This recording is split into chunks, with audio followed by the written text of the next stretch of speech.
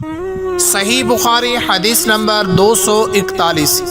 رسول اللہ صلی اللہ علیہ وسلم نے ایک مرتبہ اپنے کپڑے میں تھوکا۔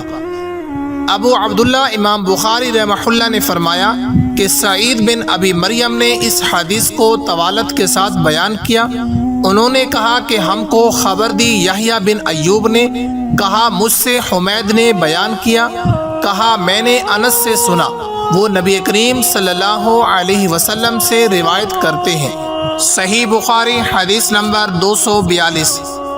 آپ صلی اللہ علیہ وسلم نے فرمایا کہ پینے کی ہر وہ چیز جو نشہ لانے والی ہو حرام ہے۔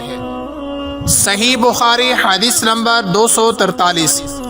لوگوں نے ان سے پوچھا اور میں اس وقت سہل کے اتنے قریب تھا کہ میرے اور ان کے درمیان کوئی دوسرا حائل نہ تھا کہ رسول اللہ صلی اللہ علیہ وسلم کے عہد کے زخم کا علاج کس دوا سے کیا گیا تھا۔ انہوں نے کہا کہ اس بات کا جاننے والا اب مجھ سے زیادہ کوئی نہیں رہا۔ علی رضی اللہ تعالی عنہ اپنی ڈھال میں پانی لاتے اور فاطمہ رضی اللہ تعالی عنہ آپ صلی اللہ علیہ وسلم کے منہ سے خون دھوتی، پھر ایک بوریا کا ٹکڑا جلایا گیا اور آپ صلی اللہ علیہ وسلم کے زخم میں بھر دیا گیا۔ صحیح بخاری حدیث نمبر 244۔